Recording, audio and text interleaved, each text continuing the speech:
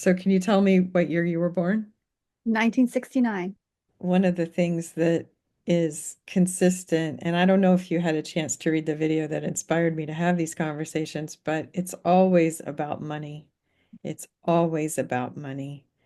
And people who grew up, like, for example, our generation, we had a different standard of living based on the hours that our parents worked and the money they brought home. They were able to do more with what they were able to with their efforts than modern day people. Right, The money went further. We didn't have You didn't have to compete with a major corporation to bid on a house. right, You didn't have that built-in upward pressure on homes and other things that are necessities. And especially if you're bringing a child into the world. it's completely different. I mean, back in the 90s, we had that thing called disposable income, and that was bandied about all the time, and not anymore. Now it's your side hustle. There's no such Right, thing as there's no such thing as money to put to the side. It's just no more work to put, to right. do on the side. I used to joke when I was newly married, I lived in California. That's when we met in person. And I worked for a while at one of the major hospitals. I Mhm. was like ancillary to the hospital. I was a tech writer, um, but I remember talking to my coworkers, and I was still early enough in my marriage that I could have accidentally gotten pregnant, and I would have kept it, if I was healthy, I would have kept it. But I remember saying to them, like, I know that I would have the best medical care as a woman over 40 in a pregnancy type situation. I know I would have excellent care here in Los Angeles. And then I would tell my husband, we have to leave as soon as the kid comes because there is no way we are ever going to make it here. I knew we couldn't make it there without a pregnancy and a child with two incomes. Even preschool, like I have a coworker who is, looking for a preschool. Mhm. I don't even think their kids two yet, um, Mm, maybe just. mhm, And, it's like this absurd amount of money every month.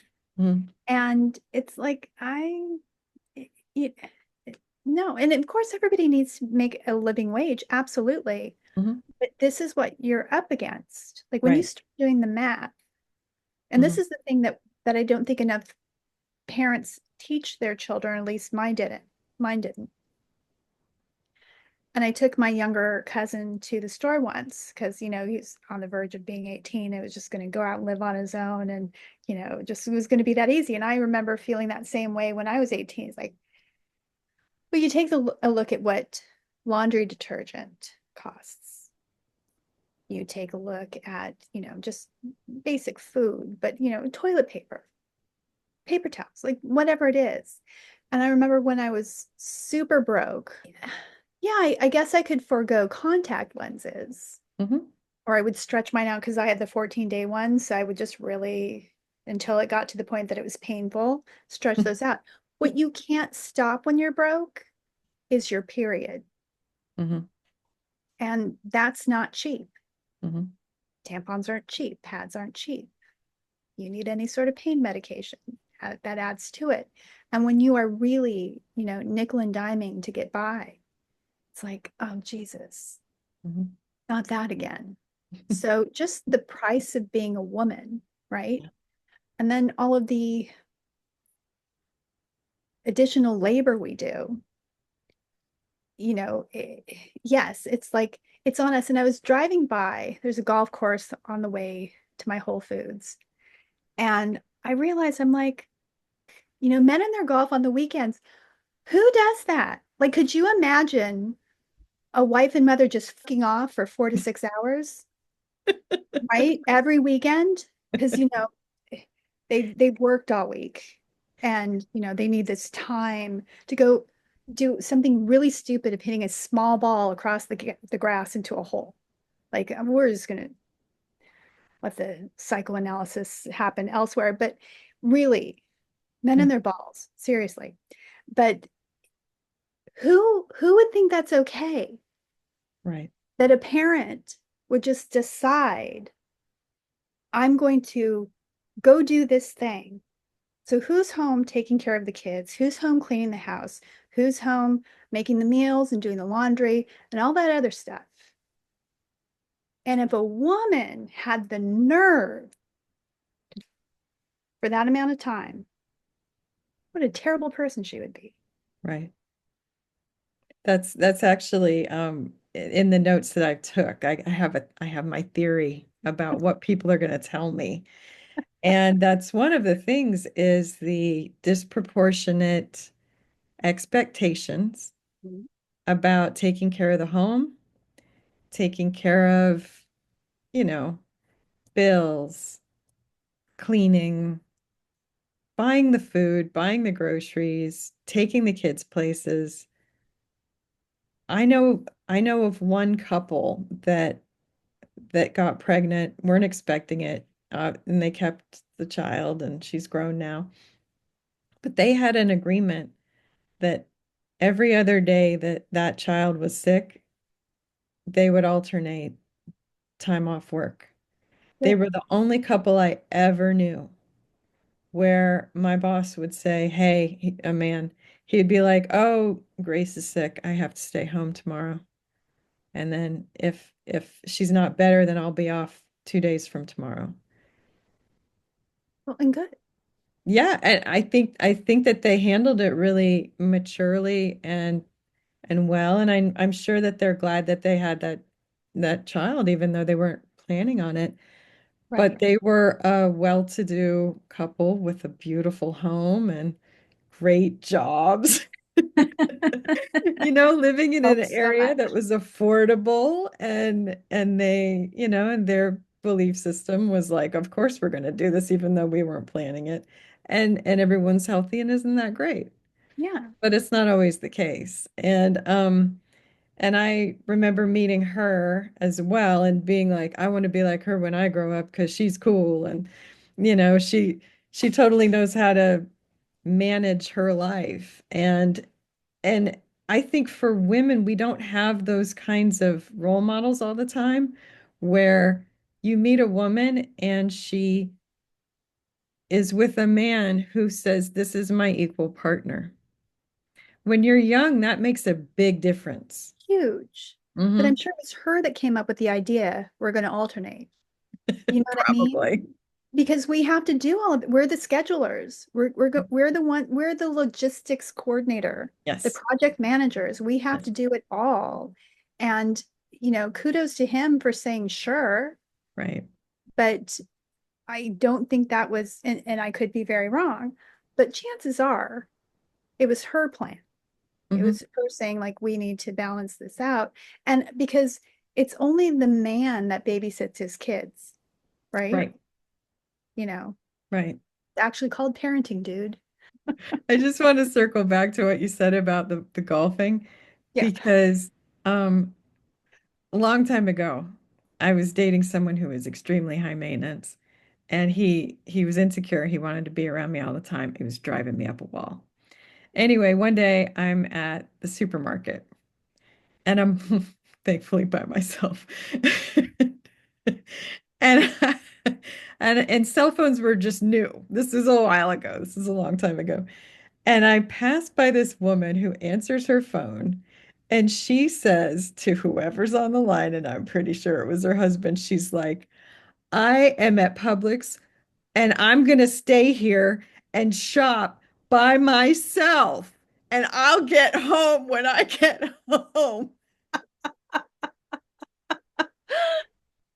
And I'm thinking, you know, this woman is feeling like she's in the lap of luxury because she can just walk down a supermarket aisle Right. by herself Right. and And have she's time to probably think.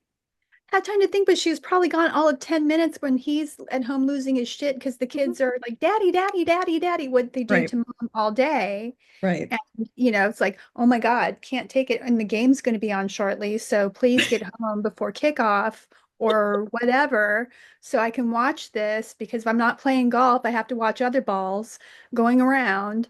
Yeah.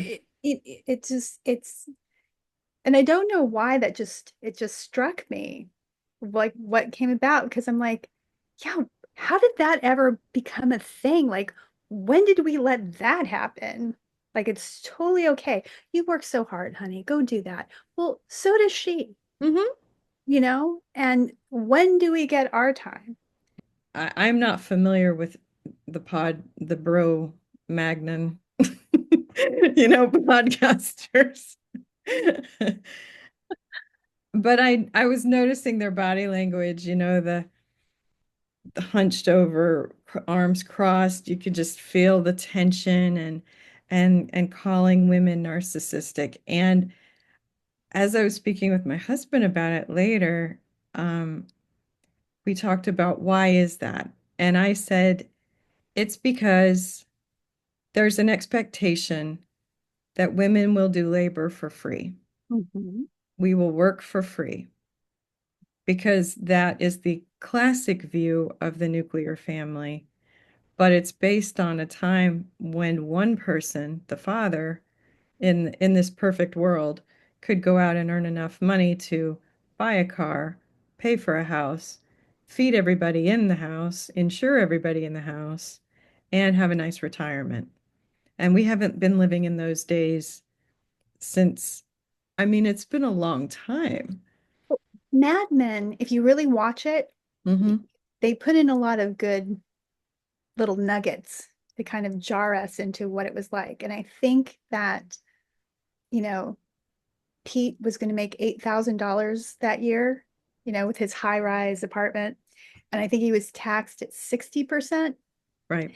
And so, yeah, if you look back at what the cost of living was then and how few billionaires we had, and that there was a middle class and they were successful. And even, the lower income, you could still have a smaller house Right. and a different car and support your family on, you know, what would we call it then? A blue collar wage or whatever.